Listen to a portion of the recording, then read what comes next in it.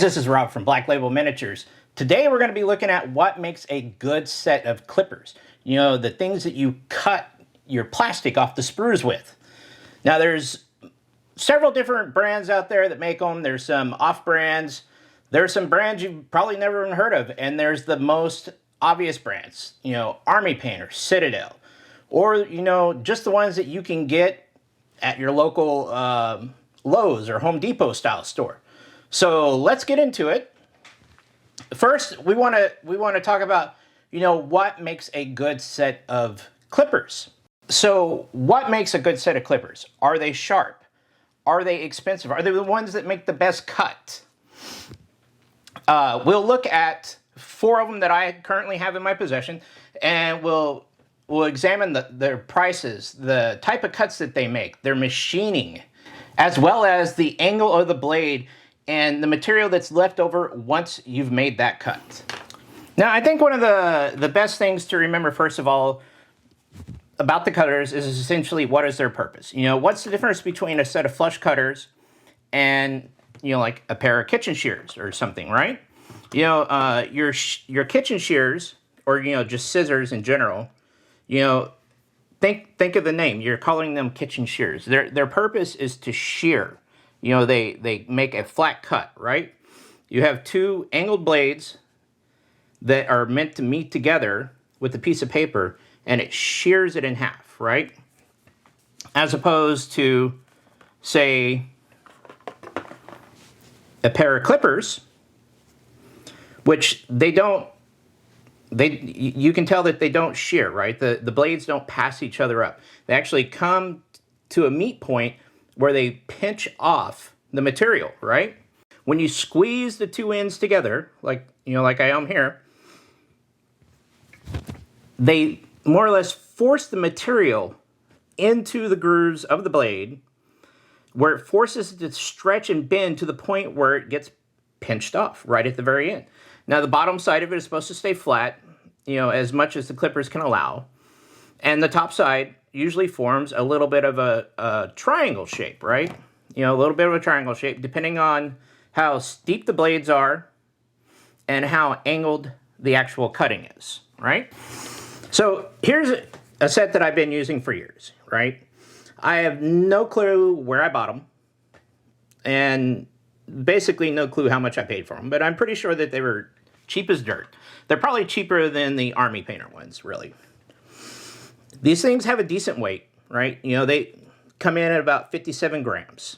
What does weight have to do with it? Well, obviously, the more something weighs, the easier it is to hold, more or less, right? And the less amount of pressure it takes to make that cutting. Now, so, like I said, they have a decent weight, 57 grams. Now, they also have they have this angled head on them, right? And supposedly, that's supposed to make them better at cutting. Now, that's debatable. That is extremely debatable, and I don't really agree with that whatsoever. And honestly, they make an average cut. Nothing special, right? Now, when you flip the blades over, you'll notice that the blades do not actually line up perfectly. And you can see that right here where the one blade is on proud of the other one. You know, it's proud, it's standing out, right? And when you actually make a cut with these, you can tell that these blades are not aligned together properly, right? And it's really evident when you're looking at the plastic from the cut that it makes. So if you look at this, we'll try and get these little things in focus here, right? You'll notice in here that it's still really blue on the outside of this thing. Actually, a decent majority of it's blue, right? And it's not very smooth to the touch. And if you run your finger across it, you know, your fingernail, you can actually feel the ridges and stuff like that. And that, I think that's what really makes whether, you know, you have a good cutting utensil or not. Also, you'll notice on the other end, it makes this little, like I said, a triangle shape, right? And this is where the curved of the blades comes in, right? because that little piece fits right in there. And you've probably noticed this, never really thought about it, right? But you know, they always tell you, you know, put the flat end towards the mini when you're cutting it, right? You know, so if you're trying to cut to here, you know, you'll bring the blade up to it and then back off a little bit, right? That way it allows for the pinching and the bending and the stretching of the material, and it doesn't leave pits inside your plastic. Now these cutters, these are Army Painter, or excuse me, the Army Painter.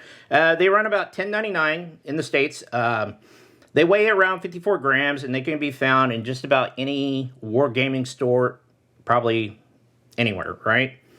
A lot like my cheap set, they have a very steep angle of attack or of cut right here, right? Very super steep angle. And they also have a fairly steep angle on the cutting surface itself. And one thing I noticed, now these are brand new. I think they're probably a month or two old, and I've only used them 2 times, I think, 2-3 times maybe, right? Just to test them out. And you'll notice here that this blade is also proud of its meat blade. And I was actually kind of disappointed in that. You know, I figured coming from Army Painter and this being a brand new item that I wouldn't see this. So I was kind of surprised. Now you can tell on the cutting side of our piece of plastic that there's still a lot of solid blue around it, right? And when you run your finger across it, it's still really rigid. You know, I can feel the cut in there. And then when you go to the other side, now it does have a smaller angle of a triangle than my cheap ones do. But you notice that my cheap ones actually had a better cut right at the very end. Whereas these ones, they left a pretty flat cut on them. And I'm not for sure why that is, because they're brand new, but the other ones seem to have a more decent cut to them.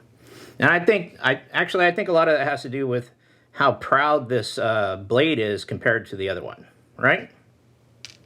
Now Citadel cutters, these are about 66 grams, and they have a price tag actually of like $35, which is out of the range of, you know, most people that are in the hobby business. You know, we spend so much money on our plastic that we try and save as much money on our tools as we possibly can, right? I mean, honestly, I'd rather almost any day buy a pair of $5 cutters over a pair of $35 cutters, because that leaves me $30 to go buy another expansion or a new set of, you know, Marines for my Space Marines. Now, so I had stayed away from these simply based on their price tag for a long time, right? Surprisingly, though, these cutters are great, right? For their money, they are actually really good cutters. And a lot of that's due to the shallow angle of the cut and the blades, right? Now you can see that this angle is a lot shallower, you know, a lot flatter than the Army Painter ones or even my cheap generic ones, right? They have a really small angle right there. And you'll also notice that the blade itself is a lot flatter than the blade on my cheap ones. And that actually matters. And we can see that in our cut here, right? Now looking at this, I almost have a hard time telling which side was the flat side and which side was the angled side. But you can see it barely right there in the beginning where the blades start to pinch into the material. This is the blade side, not the flat side, right? This is the side that gives us that triangle shape that we had been getting on the other ones. Now, when you flip it over and you look at the other side, you can also notice that the blue is almost completely filled up and the white is a lot more evident. And when you run your finger across it, you'll also notice that it's a lot smoother. You cannot tell that it was cut with, excuse me, you can tell that it wasn't cut with bad clippers, right? Also, I noticed when I was using these, because of their weight, I don't think it's just because of their weight, but maybe the blade itself, the low angle of cut, the low angle of the blade itself. But when I squeeze the blade, right, to make the cut, you have almost less drag, right? Because the blade is small, the blade has less of an angle, and it's thinner almost. See, that sliced through that really well. You basically didn't even hear it, right? So let's compare that to, say, my Army Painter ones.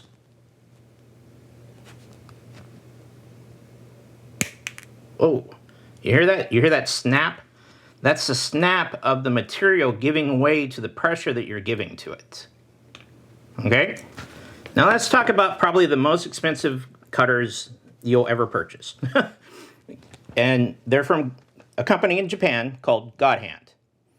And like I said, they're probably the most expensive cutters you'll ever come across. They're $50.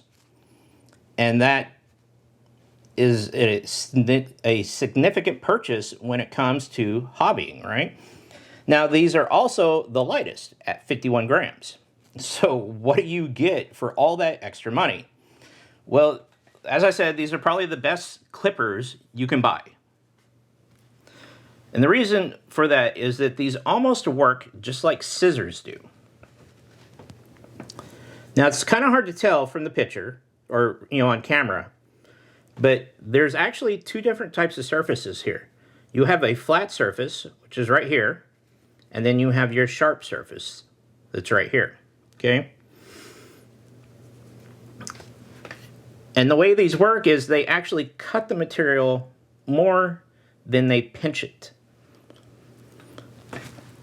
And you can tell that when you're looking at the cutting surface of both sides. Now, what you'll notice here is that on this one, almost the entire piece of plastic is white, right? You just have this tiny little piece of blue right here at the very end. And I think that's where the blade first goes into it. But once it gets past that first portion of the material, it just slices right through it like it's not even there. And you'll see it's evident on the other side, and you cannot tell which one of these sides is which. Or at least I can't. I don't know which side was the flat side and which side was the blade side, or the curved side, right? The curved side. Because the blade is so super thin. So the way this works is you take your material, right, and you set the flat piece to it. And then when you cut, you're actually pulling one side through the other.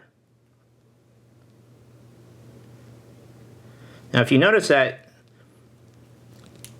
it's almost like the flat side is the side that's moving, and the sharp side is staying still. But you're actually pulling the sharp side through the material into the flat side, right? See, look at that.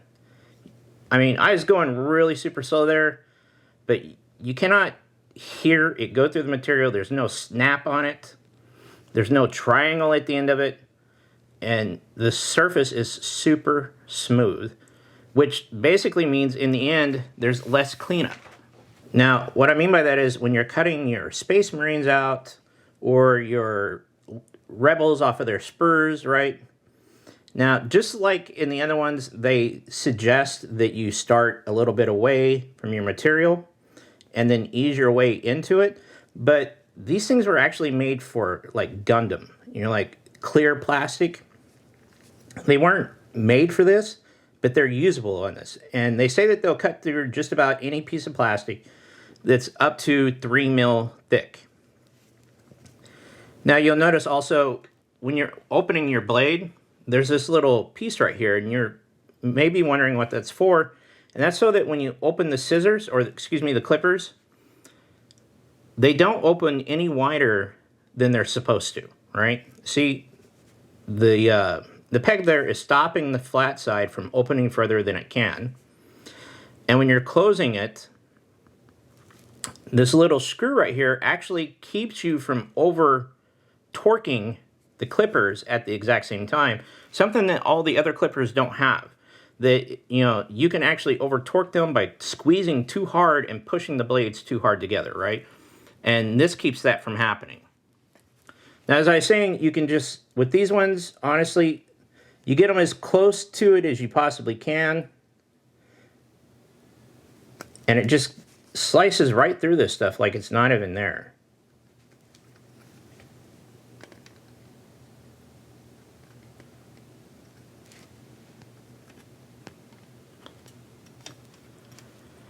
After we cut that off and look at it, it's really hard to tell where the stuff is attached, right? But I know it was attached there, I know it was attached there, and there. But they're almost impossible to see, and you can actually come back with these same clippers and cut that off. And you really don't even need to pull out your razor except to search for mold lines.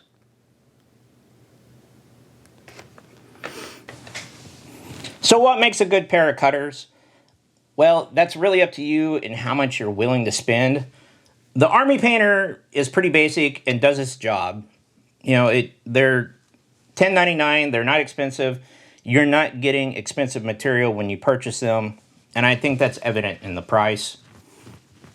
Citadel, they're not priced to fly off the shelves, but they are probably the best cutters for the price, right? For $35, you're getting some great cutters. Now, the God Hand ones, if you have the money and you can find them, which is actually surprisingly hard given the price tag of $50 on the internet. Now, I found mine on the web over 1,000 miles away at a store called Galactic Toys in Kittenwood, Michigan. Now, at the price of this recording, the store is currently out of stock, but they assured me that they have more coming. So it might be worth the wait, you know, just to not overpay by almost double the purchase price to get them from Amazon. Now, I say that I paid, I think it was $49.99 for these God Hand cutters from Galactic Toys. I find them all day long on Amazon at $80, $90, $120. Do not overpay, guys. Search the web, find them somewhere. Like I said, check out Galactic Toys in Kittenwood, Michigan. They might have them back in soon, hopefully. Now remember to like, subscribe, and share. Also, please consider supporting me via Patreon or the PayPal links below. And as always, thank you for watching, and remember, paint something.